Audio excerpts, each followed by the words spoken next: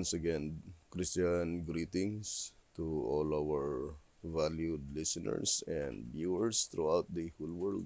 More particularly to all Shepherd's Rod believers, and most especially to our beloved brothers and sisters in the United States of America. Special greetings to our brethren in Colorado, in Georgia, in PG Island, in Mexico, Spain, in Africa, to the United Kingdom, and also to our brethren in Australia, and to the rest of the 144,000 living saints scattered abroad. Greetings. May the good Lord bless you, brothers and sisters. This is our episode number 13 in the subject, the 42 months prophecy. And still, we focus our attention to the subject on Revelation chapter 10, by which the first two verses on Revelation chapter 11 is apart. So, to repeat again, the focal point of Revelation chapter 10 is the book of Daniel. And concerning the book of Daniel, the particular object in view is the cleansing of the sanctuary in heaven and the work of the exceeding great horn, how such power had been able to successfully trodden underfoot the daily and the sanctuary. So let us focus our attention to the climactic point of this revelation. First of all, I would like to read the consecrated way, the Christian perfection, on page 104, saying, the time of finishing the mystery of God. So, concerning the time of the finishing, or the time of finishing the mystery of God. Then it says, but that imposture is not to last forever. Thank the Lord. This great truth of the priesthood, ministry, and sanctuary of Christianity is not to be hid forever from the eyes of the church and the world. The mystery of iniquity arose and so hid from the world the mystery of God, that all the world followed it wandering. Revelation 13 verse 3 and 4. But the day comes when the mystery of iniquity shall be exposed, and the mystery of God in its own truth and purity shall shine forth once more, never more to be hid, but to accomplish its great purpose and be completely finished. For it is written that in the days of the voice of the seventh angel, when he shall begin to sound, the mystery of God should be finished, as yet declared to his servants the prophets. Revelation 10 verse 7. Now let us distinctly separate the church in the world. According to this reading, the exceeding great horn had been able to hide the truth concerning the daily and the sanctuary from the eyes of the church, as well as from the eyes of the world. But the voice of inspiration says it will not last forever. And the shepherd's rod made it so plain that it is only through the power of the three angels' messages. It says here in 2SR page 139, but the sanctuary and the daily were held to the ground by the great horn up to 1844. At that time, he lost control of them, and the power of the three angels' messages raised the truth from the ground or from underfoot and placed it in the church. 2SR page 139. Then it says, therefore, the great horn is a symbol of the entire New Testament period to the second coming of Christ, corresponding with the legs of iron in the feet and toes of the great image of Daniel chapter 2. So, the focal point of the book of Daniel, to repeat again, is in the period of the judgment that pertains to the living, rather than in the period of the judgment that pertains to the dead. The exceeding great horn had been able to trodden underfoot the truth expressed by the daily and the sanctuary up to the second coming of Christ. The second coming of Christ mentioned there cannot be the second visible coming of Jesus Christ. Otherwise, we will be saying that the truth expressed by the daily and the sanctuary had been completely trodden underfoot by the exceeding great horn up to the second visible coming of Jesus Christ, which is contrary to the Bible, because God's people will be lightened prior to that time. So the second coming of Christ mentioned there is pointing to Christ's second coming to the most holy place. which is pointing to Daniel 8, verse 14. Reading again in 2SR 184. So it says here, 2SR page 184, the coming of Christ as our high priest to the most holy place for the cleansing of the sanctuary, brought to view in Daniel 8, verse 14.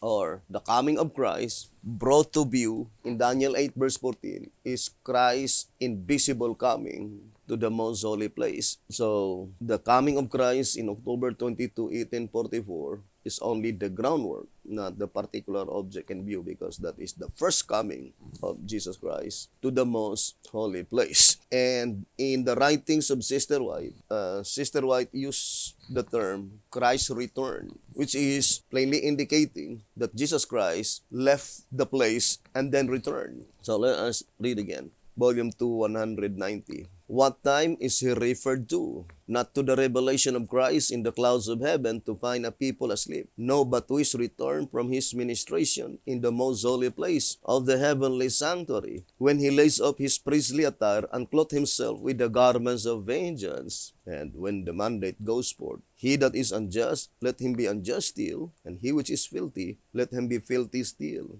And he that is righteous, let him be righteous still. And he that is holy, let him be holy still. Volume 2, page 190 and 191. And in the Great Controversy, 490, it is called the irrevocable decision, by which that irrevocable decision will be pronounced in the heavenly sanctuary, while the righteous are still in their mortal state. And of course, that is pointing to the living saints or the living righteous. While at that time, immortality was not yet granted unto them. Now, let us carefully decipher this very important prophecy in Revelation chapter 10, by which we read several times in track number 5, page 100, saying, events to take place before the seventh angel begins to sound. And then the quotation is Revelation chapter 10. Now, the climactic point, the subject on Revelation chapter 10, is the numbering of the 144,000, according to 2TG number 14, page 16. It says, the subject of chapter 10 ends with the second verse of chapter 11. The verse which brings us to the time of the numbering of the people, which obviously is the numbering of the 144,000.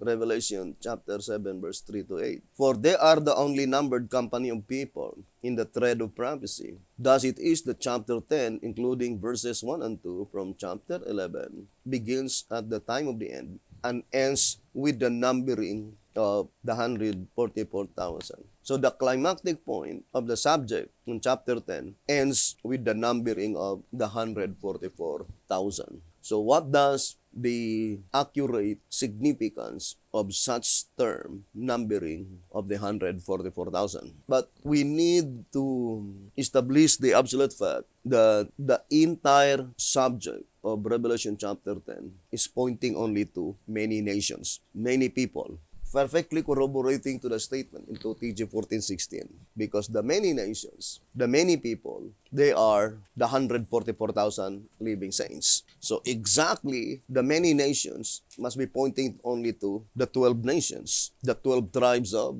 Israel. Now, let's read track number 5, page 105. It says, the trumpet symbolism has now brought us up to the time of the ingathering of the first fruits, the 144,000.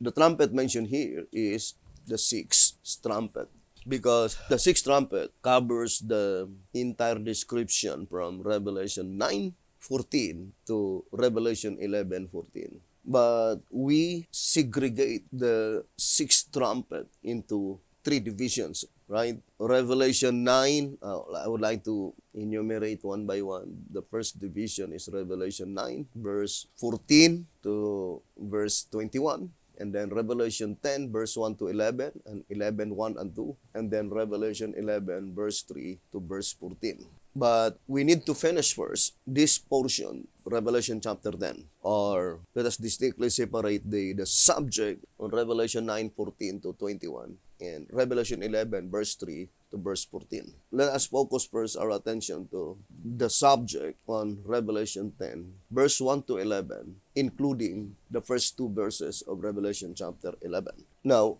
let us read again the statement in track number 5, page 105. It says, "The trumpet symbolism has now brought us up to the time of the ingathering of the first fruits, the 144,000.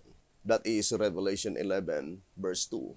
The last verse on the subject of Revelation chapter 10, according to 2TG 14, page 16. Now it says, "First fruits predicate second fruits, for it is necessarily true that there can be no first where there is no second. Wherefore, just as there is a prophetic commission for the ingathering of the first fruits from many nations, so there must be one for the ingathering of the second fruits from all nations. There being, moreover, an important event and a message of the commencement of the ingathering of the first fruits from many nations since 1844, so must there be an important event and a message signalizing the commencement of the ingathering of the second fruits, the great multitude from all nations." Track number 5 on page 105. So, we already explained that according to 2TG 44, page 37, it is Jesus Christ who will gather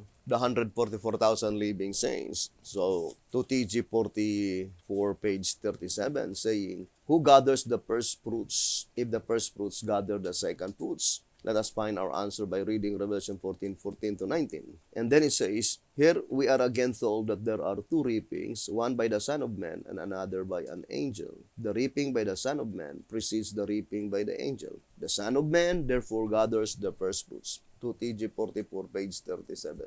Since it is Jesus Christ who will gather the 144,000 living saints according to the Bible, as explained by the shepherd's rod, then that statement in track number 5, page 105, a divine prophetic commission that was given to the church, and I do fully believe, we already explained that in the perfect fulfillment of the prophecy, that is the 11th hour movement, the 11th hour ministry. The only commission that was given unto them is the announcement. They are not the one to gather the 144,000. It is Jesus Christ. But before Jesus Christ will gather the 144,000 living saints, there must be a church by which unto them had been given the divine prophetic commission to announce the gathering of the saints. And accordingly, here in 2TG 43, page 11 and 12,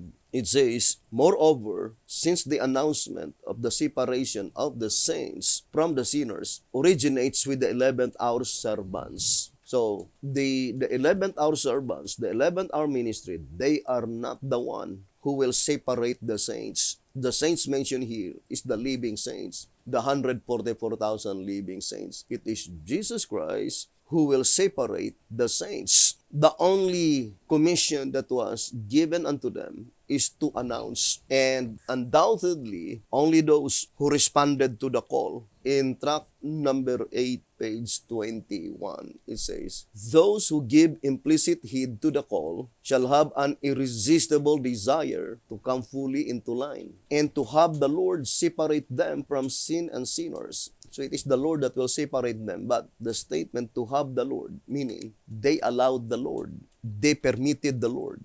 And it says, "They alone shall receive the seal of God, and as the first fruits of the kingdom, 144,000 strong, stand with the Lamb on Mount Zion." Track number 8, page 21. Now let us go back again to our subject on Revelation chapter 10. To repeat again, Revelation chapter 10 is a part of the sixth trumpet. And that events recorded on Revelation 10 must be fulfilled while Christ's mediatorial work is in the holy place, due to the fact that the voice cometh from the golden altar. So, let us read again. Track number 5, page 78. "In coming from the golden altar, the command, loose the four angels," and only God can command the angels in heaven. And this divine command cometh from Jesus Christ. The same way the statement in, for example, in 2TG, let me read to you. It says here, in 2TG number 11, on page 5, it says, this cleansing work, 2TG number 11, page 5. This cleansing work belongs only to the angels of heaven. So, whether the cleansing is in the heavenly sanctuary or earthly, belongs only to the angels of heaven. This cleansing work belongs only to the angels of heaven. And this they will do in the time of harvest after being commanded to do so, not before. So, not until they will be given the divine command, commanded to do so. Now, let us go back again to track number 5 on page 78. It says, in coming from the golden altar, the command, loose the 4 angels, shows that the 6 trumpets sounded sometime before the veil to the most holy apartment of the heavenly sanctuary was lifted. Otherwise, the voice would have come from the throne, the most holy place, track number 5, page 78. And to remind again, only in this portion of the study of the 7 trumpets that illustrates Christ's work or Christ's mediatorial work in the heavenly sanctuary that anciently illustrated in Leviticus 23 to 26, that before the high priest will enter to the most holy place, there must be a sounding of trumpets to inform everyone that they need to afflict their soul so that they will not be cut off. And that 10 days proclamation of the trumpets is perfectly typifying the proclamation of the message proclaimed by William Miller in White House Recruiter, page 19. Beginning in the year 1833. So 1 day equivalent to 1 year. 10 days, it must be 10 years. So the sounding of the 7th angel is at the time when Jesus Christ is in the most holy place. Consecrated way to Christian perfection, 112. It says, and at that time, upon the word of the wonderful numberer in Daniel 8 verse 14, then shall the sanctuary be cleansed. In 1844 also was the very time of the days of the voice of the 7th angel, when it shall begin to sound, and when the mystery of God should be finished, as yet declared to his servants the prophets. It is closely connected to the subject, the exceeding great horn, that according to 2SR 139, in October 22, 1844, the exceeding great horn completely lost control of them. The truth expressed by the daily and the sanctuary had been restored and placed it on its proper place, the church. Or in other words, supposed to be the church, the church of Christ on the earth must be a pattern of the proceedings in the heavenly sanctuary, as stated in Hebrews chapter 9, verses 1 to 9. And that is why in 2SR page 139, it says the Bible is the revelation of creation and redemption in Christ, Creator and Redeemer. Therefore, the Sabbath and the sanctuary constitute the truth. See Hebrews 9 verse 10 and Hebrews 4 verse 4 to 10. Thus, these 2 doctrines are coupled together, cannot be separated, and bear the whole truth. So the daily and the sanctuary constitute the truth, according to this reading. So the sanctuary on earth must be a pattern of the sanctuary in heaven.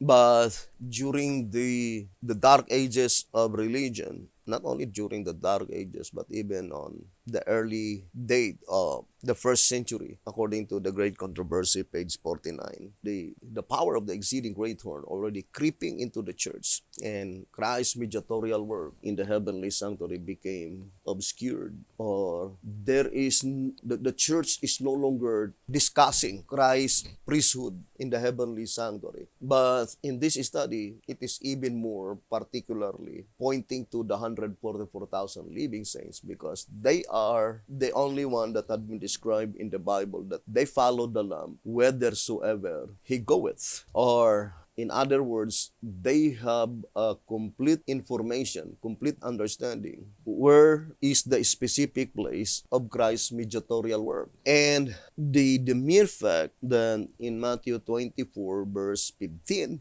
Jesus Christ is specifically pointing to the first apartment, holy place. The abomination is standing in the holy place. The first accurate significance is that Jesus Christ is trying to inform everyone that the determined effort of the devil to keep God's people in darkness, in ignorance, is concerning Christ's mediatorial work in the holy place. And I would like to say again that the occurrence in the past, it was allowed and permitted by God to serve as the groundwork, to serve as the photograph, because that is the, according to 1SR Packet Edition on page 73, saying, so completely disarming the enemy of souls. The great designer of these typological truths leaves the reader free to make his own choice as to whether he will continue in the darkness or come out into the light of the Lord, no longer to wonder what church to join or what is truth and what is error. 1SR Packet Edition, page 73.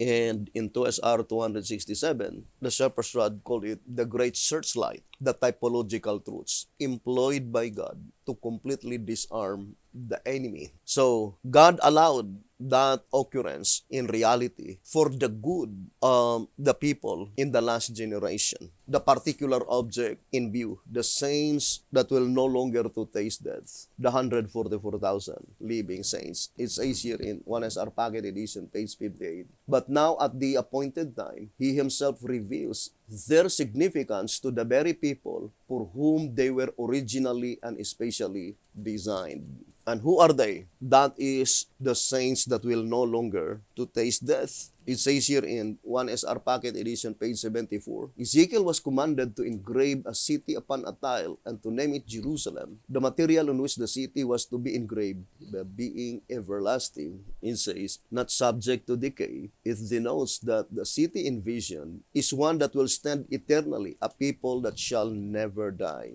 That is the saints to be translated to heaven without seeing death, you and I. So God employed it.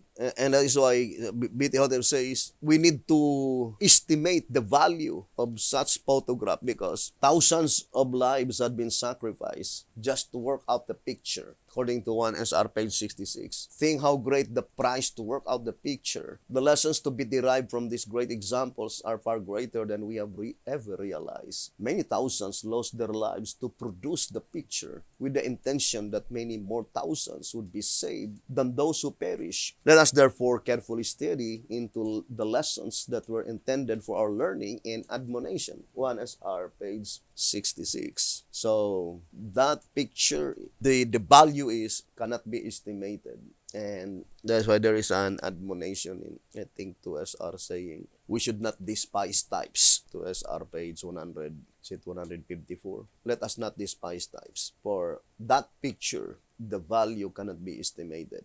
Now, let's go back again, brothers and sisters. And I'm trying to connect one subject to the other. Now, we already explained that the sounding of the sixth trumpet, concerning Revelation 10, we're talking about Revelation chapter 10. Concerning Revelation chapter 10, the sounding of the sixth trumpet at that time is pointing to the time when Jesus Christ is in the holy place, because Jesus Christ is speaking in the golden altar, and that is located in the holy place. But in the groundwork, that is during Christ's mediatorial work in the holy place to the temple. The divine command is that measure the temple, the altar, and the worshippers. The divine command saying measure the temple is to know the entire proceedings of that saints represented by the temple. The temple, according to Traka number 5, page 109 and 110, they are those who died from Adam up to 1844, or the first 5 seals. So that is the temple. But the altar, they are the last constituent of the saints that is destined for grave and resurrection. And that is the 6th seal. So that is the altar. And according to 2TG number 12, let us read again, saying 2TG number 12, page 30, whereas the last 2 seals which contain the things that pertain to the judgment of the living to the people who must know that their cases are on trial. 2TG number 12, page 30. Of course, the last two seals that is pertaining to the sixth seal and the seventh seal. So, let us go back again to our main subject on Revelation chapter 10. What is our main subject on Revelation chapter 10? It is concerning the second coming of Jesus Christ to the most holy place, by which also connected to the midnight cry in Matthew 25. Because the coming mentioned on Matthew 25 is Christ coming to the most holy place, according to SR 181. The midnight cry was first proclaimed prior to 1844. In the coming of the bridegroom was Christ coming to the most holy place in the heavenly sanctuary for the investigative judgment of the saints. So, to SR 181. So, that coming of Jesus Christ on Matthew 25 is Christ coming to the most holy place, according to the voice of inspiration. The same with our subject here in Revelation chapter 10. Verse 1 to 11 and Revelation 11 verses 1 and verse 2. Now, since the focal point in Revelation chapter 10 is the book of Daniel, so the time of the end must be directing to the period of time in the judgment that pertains to the living, when the book of Daniel is completely understood, when the book of Daniel is completely revealed. And the book of Daniel is pointing directly to the work of the exceeding great horn and the work of Jesus Christ in the heavenly sanctuary. Now, I would like to read track number 15, page 57 and page 58. It says track number 15, page 57 and 58. Thus it is that while the first four seals carry us through the periods of the day in which the works of men are made manifest, the last three seals carry us through the day of God in which His truth and His works are made manifest. Now, I would like to go directly. Who is the man mentioned here? It says, thus it is that while the first four seals carry us through the periods of the day in which the works of men are made manifest. Now, since we are studying Revelation chapter 10, which is pointing directly to the book of Daniel, and one of the most important part on the book of Daniel, by which it is still unfulfilled, is Daniel 11 verse 45, the last verse before Daniel 12 verse 1, the standing of Michael. Now, let us read track number 3. So, track number 3 on page 35. So, let us read the statement. But I would like to begin on page 34. So, page 34 and page 35. Track number 3. The work of the exceeding great horn was therefore what he did not understand. So concerning the vision of Daniel, it is the work of the exceeding great horn by which Daniel do not understand. Now in page 35 it says that chapters 11 and 12 contain the explanation of the vision promised by the angel in chapter 10. So what is the promise given in chapter 10? And then it says, can be readily recognized not only from the continuity of the angel's speech, but also from the fact that these chapters are the explanation of the vision in the 8th chapter. And in 2TG number 33, on 2TG number 33, page 10, this is the promise, Daniel 10 verse 21. But I will show thee that which is noted in the scripture of truth, and there is none that holdeth with me in these things, but Michael your friends. Daniel was then promised all the light. It says all the light, not just a part, but Daniel was then promised all the light that could be given, not only on the vision of chapter 8, but on all that is noted in the scripture of truth in connection with the vision. That which the angel showed him is recorded in chapters 11 and 12. It says, in connection with the vision. So what is the vision? It is concerning the exceeding great horn, the works of men, and concerning the work of Christ in the heavenly sanctuary. So the promise given by Angel Gabriel to Daniel and informing Daniel that only Jesus Christ, Michael, could explain it. But Angel Gabriel told Daniel that all the light will be given. And we know that according to the next paragraph, it says, chapter 11, you will see, begins with the vision of chapter 8, with the kings of Medo-Persia and Grecia, as symbolized by the ram and he-goat in chapter 8. Then was Daniel told that the explanation at last was sufficient, but that it was impossible for him to understand it all, for the vision was sealed to the time of the end. Chapters 12, verses 8 and 9. So, the explanation in chapter 11 and 12 was sufficient. The only thing is that it is impossible to understand it prior to the time of the end because it was sealed. But in this study, there is no possibility to understand the intervention of Daniel without the rod. According to Revelation 11 verse 1, it is only through the light of the rod of God that this important prophecy could be clearly understood. Now, concerning Daniel 11 verse 45, the last verse of chapter 11, it is closely connected to this presidential election in the United States of America.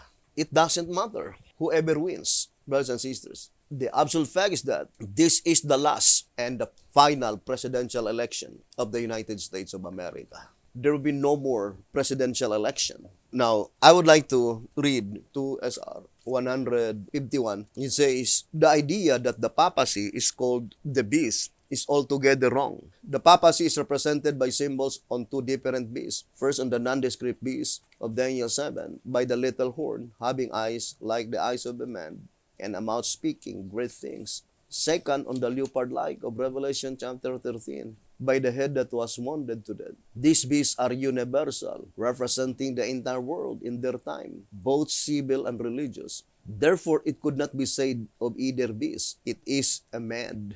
The papacy being only a part of both beasts, horned head on one and simply a wounded head on the other, cannot be called the beast. The two-horned beast is the only one representing a local religio-political government.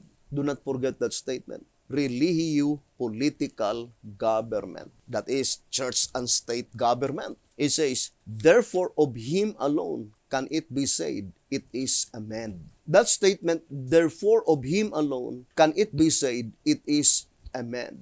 It is pointing to the predicted president in the United States of America on this coming presidential election. It says, it is a man. Now, let us go back first to track number 15 on page 57. It says, thus it is that while the first four seals carry us through the periods of the day in which the works of men are made manifest, the last three seals carry us through the day of God, the day in which His truth and His word are made manifest. So, the shepherd's rod, or in other words, let us distinctly separate the spiritual side and the material side.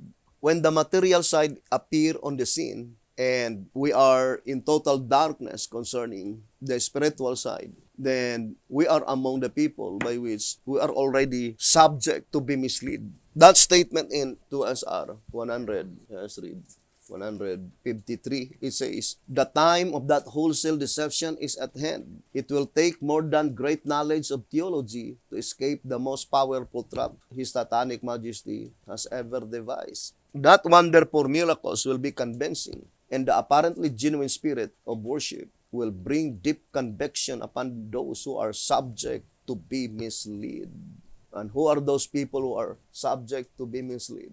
There are those who do not fall in love with the present truth, and it is concerning the daily and the sanctuary. Because if the deception of the devil is very apparent, then there is no need for Jesus Christ to admonish His people to search the scriptures, to study closely. In Testimonies, Volume 5, 453, saying, the Sunday movement is canceling the true issue. They were hiding it in the darkness. 452. It says in Volume 5, page 452. It is no time now to allow our minds to be engrossed with things of minor importance. What are those things minor importance? Food, clothing, and shelter. That is minor importance, according to Christ and His righteousness on page 74. That is minor importance. And it says, while men are sleeping, Satan is actively arranging matters so that the Lord's people may not have mercy or justice. reading volume 5, 452. The Sunday movement is now making its way in darkness. The leaders are concealing the true issue, and many who unite in the movement do not themselves see whether the undercurrent is standing. Its professions are mild and apparently Christian, but when it shall speak, it will reveal the spirit of the dragon. Shall we wait that it shall speak? No. At the time that it shall speak, and our names are not found in the Lamb's Book of Life, we cannot stand. Now, I would like to read again the statement in 1TG 50, page 25.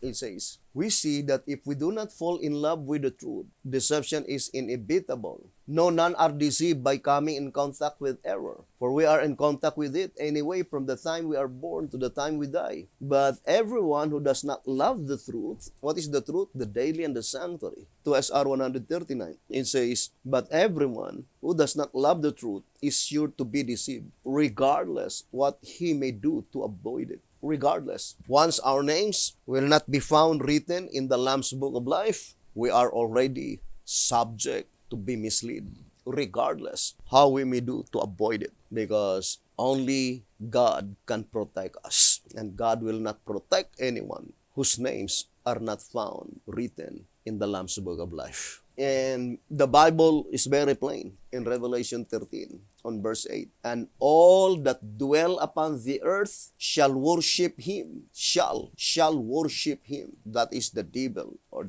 demon worship. But that demon worship in volume 6, page 15, and also 1SR 214, it is not something that horrible, because the statement in 2SR 153, genuine, apparently genuine worship. And it says, and all that dwell upon the earth shall worship him, whose names are not written in the book of life of the Lamb, slain from the foundation of the world. Any names that cannot be found written in the Lamb's Book of Life shall worship that system, the mark of the beast system. Now, let's go back again. The voice of inspiration is already telling you and I that this kind of system, it was hidden in the dark. The true issue had been concealed, and you cannot detect except only by the prophetic word of God. The statement in 2SR 153, it says, 2SR 153, only by a prophetic knowledge of the truth. On 2SR 153, only by a prophetic knowledge of the truth with confidence in a thus saith the Lord, and in the power of his Spirit, can one escape the wily snares of the devil. Only by the prophetic knowledge of the truth, with a confidence of a thus saith the Lord, can one escape the wily snares of the devil. Now, it is even more particularly pertaining to the proceedings in the heavenly sanctuary, that according to the voice of inspiration, that it is after the entire proceedings of the first four seals, by which the works of man are made manifest. According to reading in track 15, page 57. What is that man mentioned in that reading? The exceeding great horn. That horn power. When that horn power is at work against God, let's read again. Track number 3, page 25. Track number 3, page 25. It says, from this juxtaposition of Daniel 8:11 and 12, in Daniel 11 verse 31, the reader will observe that both scriptures are speaking of the same power. What power? Of course, that is the power of the devil, illustrated by the exceeding great horn. And Christ, predicting the signs of the end of the world, as he looked forward along the stream of time, declared, when ye, his followers, who were to be living at the time that this horn power was at work against God, at work against God, at work against his truth. What is the truth? The truth concerning the daily and the sanctuary. So let us study closely, brothers and sisters, that statement. And against his people. Now, I would like to go directly. The people mentioned here is even more directing to the saints, the saints to be translated to heaven without seeing death, or it is called the very elect, according to 1SR. Let us read. Here in 1SR, on page 214, it says, the intention of the complete satanic scheme is to deceive the whole world. The statement made by Christ is true, that he, Satan, will try to deceive even the very elect, the 144,000, if it were possible. Would you think it is possible that the 144,000 living saints will be deceived? Well, on the first hand, I would like to say, it is possible. It is possible if Jesus Christ would not intervene. The situation is the same in the days of Daniel. Let me read to you in Prophets and Kings. Here in Prophets and Kings, let's read. It says here on 572, recorded in Daniel 10 verse 13. For 3 weeks, Gabriel wrestled with the powers of darkness, seeking to counteract the influences at work on the mind of Cyrus. And before the contest closed, Christ himself came to Gabriel's aid. You see, Jesus Christ himself came to help Gabriel. It says, the prince of the kingdom of Persia withstood me 120 days. Gabriel declares, but lo, Michael, one of the chief princes, came to help me, and I remained there with the kings of Persia. Daniel 10, verse 13. And that is only an illustration that if Daniel would not stand up, then it is possible that the 144,000 will be deceived. But Jesus Christ will stand to deliver them with such deception, to help them with such deception. Now let us go back again to the reading in tract number 3, page 25. When ye, his followers, who were to be living at the time that this horn power was at work against God, this statement, brethren, there must be a particular object in view because it is inscribed in a future tense. Living in at the time, who were to be living at the time, that this horn power was at work against God, against his truth, and against his people. Therefore shall see the abomination of desolation spoken of by Daniel the prophet stand in the holy place. Now, by studying the proceedings in the heavenly sanctuary, there are 2 things that we need to ever remember, brothers and sisters, by which we can ascertain clearly that this horn power is already at work against God, against the daily and the sanctuary, and against God's people. Remember, if such deception is apparent in our finite observation, there is no need for God to have that ultimate admonition, injunction to study closely the book of Daniel. That admonition in Matthew 24 verse 15, plainly indicating 100% that the only medium that you can detect that such power, such horn power, is already at work against God, against his truth, the daily and the sanctuary, and against his people, is only through studying the book of Daniel. But what subject? Concerning Christ's mediatorial work in the heavenly sanctuary, because that is what the book of Daniel teaches. But it must be in the time of the end. When? Not in the time of the end, the period of the judgment that pertains to the dead. Because at that time, the shepherd's rod was not yet given. But Revelation 11 verse 1, it says, and there was given me a reed like unto a rod. It must be at the time when the shepherd's rod, the rod of God, as stated in Exodus 4 verse 20 and 21, or Micah 6 verse 9, had been bestowed by God. Without that message of the rod, it is impossible to detect or discern that horn power is already at work against God, against the daily and the sanctuary, and against his people. Only through the power of the rod of God. Now, as I've said, there are 2 things, brothers and sisters, that we need to ever remember. When does the horn power had been predicted that it is at work against God, against his truth, and against his people? First, it is during Christ's mediatorial work in the holy place. Is it during the dark ages? That is only the photograph. Because it is during the proceedings of the first 4 seals, according to tract number 15, page 57, that in that period of time, that horn power is already creeping into the church, creeping into the sanctuary. But it will be manifested after the proceedings of the first 4 seals. Now, it is very important. I would like to show. Remember the proceedings in the holy place from 44 AD to 1844. That is in the holy place. It is the first 5 seals. First 5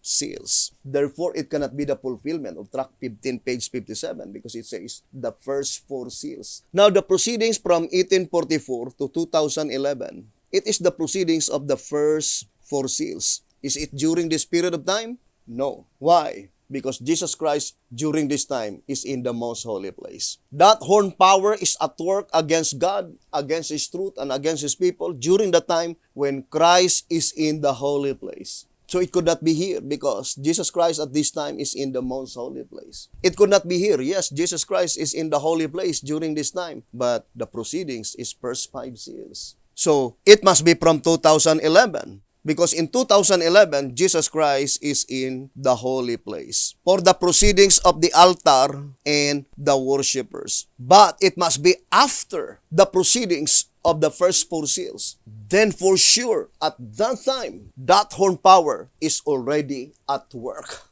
Now, when does the first 4 seals, the proceedings of the first 4 seals, ended? Now, let us show to you here a little diagram. So, the 5 distinct calls in the most holy place. Now, first of all, brothers and sisters, who are they, the first 4 seals? Now, I would like to show to you first, here on, it is September 18, 2016. So, the proceedings of the first 4 seals ended on September 18, 2016. Therefore, it is in 2016 that the first 4 seals, the proceeding of the first 4 seals ended. So it must be from 2016 onwards, from that time, the predicted time by which the horn power is at work against God, against His truth, and against His people. We would like to inform everyone that the proceedings in the heavenly sanctuary were clustered by God by resurrection. The first 4 seals, they are those who will be resurrected on the second visible coming of Jesus Christ. 1 Thessalonians 4:16 and 17. Because there are 3 resurrections. Revelation 20 verse 5 and 6, and also 1 Thessalonians 4:16 and 17, Ezekiel 37, and Daniel 12. The altar, according to track number 5, 110, they will be resurrected in Daniel 12. But Ezekiel 37, which is represented by the 3rd seal, from Abraham down to the apostles, they will be resurrected on the special resurrection on Ezekiel 37. And there are only 6 seals that is destined for grave and resurrection. The first 4 seals, the first seal, 2nd, 4th, and 5th, second visible coming of Jesus Christ. The 3rd seal, Ezekiel 37. The 6th seal, Daniel 12. And we know the 7th seal, they are the saints to be translated to heaven without seeing death. Now, for sure, brothers and sisters, to repeat again, that horn power is already at work. That horn power is already at work against God, against the daily and the sanctuary. From 2016, it was already at work. And this presidential election of the United States of America is only to finish that work that had been started already. Now, I would like to read track number 8 on page 21. It says, I saw 4 angels standing on the 4 corners of the earth at the time of the sealing of the 144,000, holding the 4 winds of the earth, that the wind should not blow on the earth, nor on the sea, nor on any tree. Now, let us picture out the occurrences. What is the 4 winds? Mark of the beast system. So the voice of inspiration is very plain. Saying, hold the 4 winds,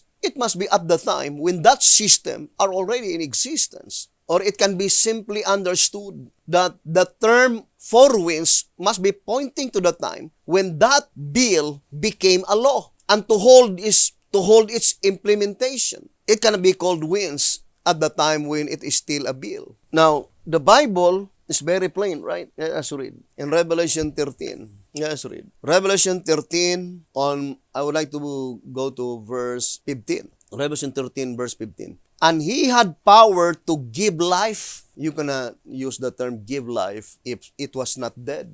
And according to such historical event, it says that bill died in 1888 through the protest of Alonzo Jones. But it says here in Revelation 13:15, and He had power to give life unto the image of the beast, that the image of the beast should both speak and cause that as many as would not worship the image of the beast should be killed. And that is the very thing that the 4 angels were holding, that image of the beast should not speak, meaning to hold its implementation during the sealing of the 144,000. And we repeated several times, brothers and sisters, that according to the vision of Sister White, in early writings, page 38, that Jesus Christ is pleading with God the Father to hold the four winds because the remnant were not yet sealed. But why is it that they are called remnant? That is the fulfillment in reality, the perfect fulfillment of Isaiah 4 verse 1. Because Isaiah 4 verse 1 is complete apostasy. Isaiah 4 verse 1 is wholesale deception. On March 27, 2021, there would be great spiritual darkness in the entire United States of America. Spiritual darkness will cover the whole earth, and that earth is symbolical earth. Gross darkness. Here in Isaiah chapter 60, on verse 1, it says, Arise, shine, for thy light is come, and the glory of the Lord is risen upon thee. The same with the verses in the New Testament saying, Walk in the light while it is still light. It is still day. Or John 12, verse 35. Arise, shine, while it is still daytime. Because according to verse 2, For behold, the darkness shall cover the earth, and gross darkness the people. But the Lord shall arise upon thee, and His glory shall be seen upon thee. Spiritual darkness. When Jesus Christ says, It is finished, there is darkness. Now, let's go back again to our reading on Revelation chapter 10. Why is it that God wants His people to have a certain understanding, complete knowledge, when this horn power is at work against God and against His people and against His truth? How do we know? How could we be able to ascertain clearly that this horn power is already at work? By finite observation? By what we hear? No, only by the prophetic knowledge of the Word of God. It is hidden in the darkness. It is studying the Bible through the light of the rod of God. And God is informing you and I that after the proceedings of the first four seals, while Jesus Christ is still in the holy place, that horn power is already at work against God and against His truth and against His people. And that is why, of all the elections in the United States of America, to all the obedience, this presidential election, you need to be absolutely to be in abstain. Let us read again the fundamental Christian education, the admonition given by saying, we have no battle in this political world. We will be partakers of their sins they committed while in office. I call upon my brethren, and also the statement that partakers. I call upon my brethren, fundamental Christian education, page 478. I call upon my brethren, all my beloved brothers and sisters. If you have brothers and sisters in the United States of America, please inform them. Be abstain in this presidential election. Do not engage. I call upon my brethren who are appointed to educate, to change their course of action. It is a mistake for you to link your interest with any political party, whether Democrats or whether Republican, to cast your vote with them or for them. Those who stand as educators, as ministers, as laborers together with God in any line have no battles to fight in the political world. And then it says, the people of God are not to boast to place such men in office. For when they do this, they are partaker with them of the sins which they commit while in office. Now, let us go back again to our subject. In what way that we are very certain that this is the last and the final presidential election of the United States of America? By studying the daily and the sanctuary. Now, I would like to enumerate again. When does the horn power is at work against God, against His truth, and against His people? Answer, it is during the time when Jesus Christ is in the holy place. It is during the time when Christ's mediatorial work is in the holy place. Is it Christ's mediatorial work in the holy place from 44 AD to 1844? That is only the groundwork. Why? Because the shepherd's rod made it so plain. It is after the proceedings of the first four seals. What is the proceedings from 44 AD to 1844? First 5 seals. Temple. Is it the proceedings from 1844 to 2011? Because that proceedings is the first four seals? It is not. Because at that time, Jesus Christ is in the most holy place. It must be during the time when Jesus Christ is still in the holy place and at the time when the proceedings of the first four seals are already completely finished. And when it was finished, 2016. Now let me read to you 2TG number 41, page 4. The most exciting current event that we know of is the presidential election, which stands only 2 days in the future. As the nation sees it, this is now the biggest thing in the world. Even though many will not get what they want, for each one of the different parties has named its own nominee on the presidential ballot, but one president is to be elected.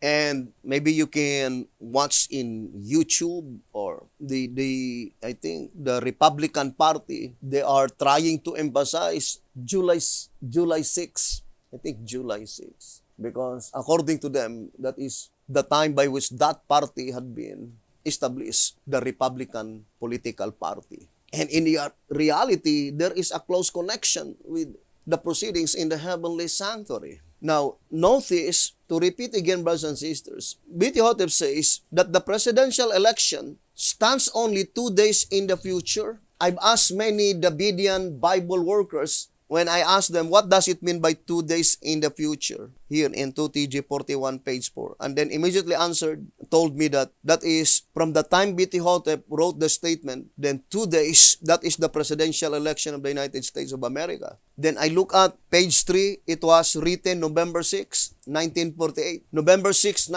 1948. And when we look at the historical event in 1948, the presidential election is November 2. So, brothers and sisters, it does not exactly fit the statement. And that is why we fully believe that statement in 2TG 41 page 4 is prophetic, predicting the presidential election in the United States of America in 2016. Because November 6, then 2 days in the future, that is November 8. And that is the exact date of the presidential election of the United States of America in 2016. So the year 2016 is prophetic. And it points out to the prophetic nation, United States of America.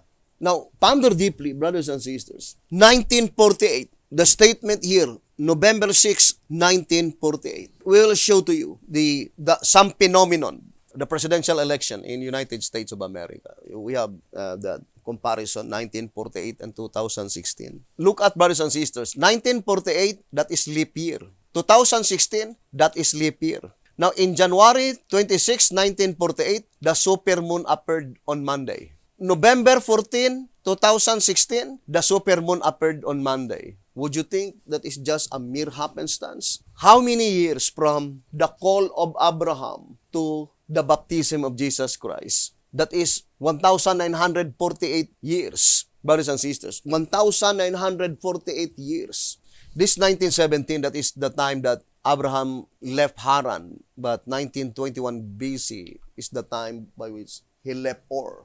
So let us distinctly separate Ur and Haran. But the fact is, 1948 is the entire period also of the third seal. 1,948 years, closely connected to the proceedings in the heavenly sanctuary. Now, let us go back again to our subject. And we'll continue in the next episode.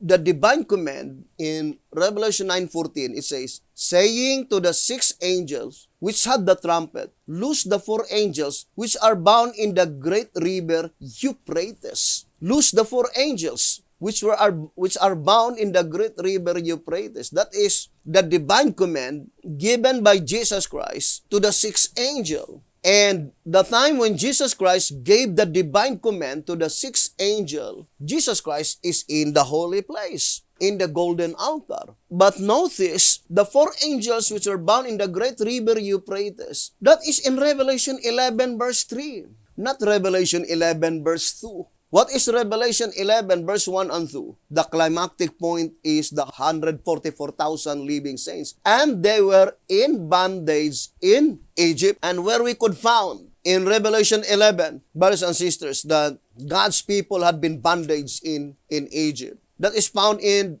Revelation 11 verse 8. And their dead bodies shall lie in the street of the great city, which spiritually is called Sodom and Egypt, where also our Lord was crucified.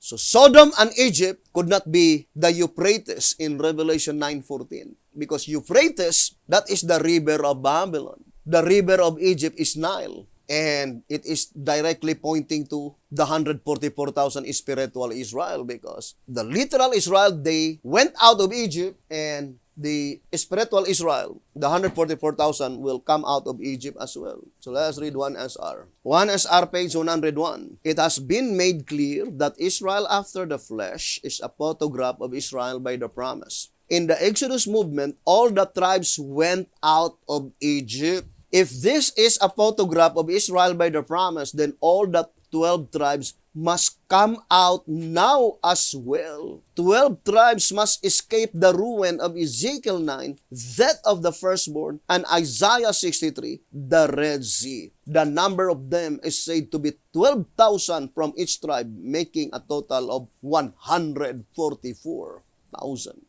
And here in 2TG, number 15, let's read the statement. Pages 11 and page 12. Now we may ask, who is the beast of the bottomless pit? If the star that came from heaven and opened the pit is Christ, and if the locusts that came out of the pit are the Christians, then there is no way of escaping the conclusion that the beast which came out of the bottomless pit is symbolical of Christendom. What is the bottomless pit? It says Christendom. But what Christendom? Apostate. It says here in 2SR 157. Say the angel, the 7 heads are 7 mountains on which the woman seated. Revelation 17 verse 9. It has been previously explained that the heads represent the present-day apostate Christendom. What is Christendom? The dominion of the Christians. And that is pointing to the United States of America. Thus it is that the Lord was crucified there. It's very important to understand this prophecy because it points out to the perfect fulfillment of the 5 symbolical months. From crucifixion to the ingathering of the 144,000. By which the crucifixion, literal crucifixion in April 1631 AD is only the photograph, the groundwork. Because trumpet study is a symbolical prophecy, not literal. That is literal crucifixion. And it is in the Christendom, symbolized by Sodom and Egypt. Now that the city is spiritually called Egypt, what is city? Church. City represents church. Now that the city is spiritually called Egypt, it denotes that it is holding God's people in slavery. The name Sodom denotes that God's true people will have to be rescued from it as was Lot. 2TG 15, page 12. We'll continue that subject on our next episode, brethren, and hoping that God would help us and would guide us. Thank you very much. May the good Lord bless you and have a beautiful, wonderful evening.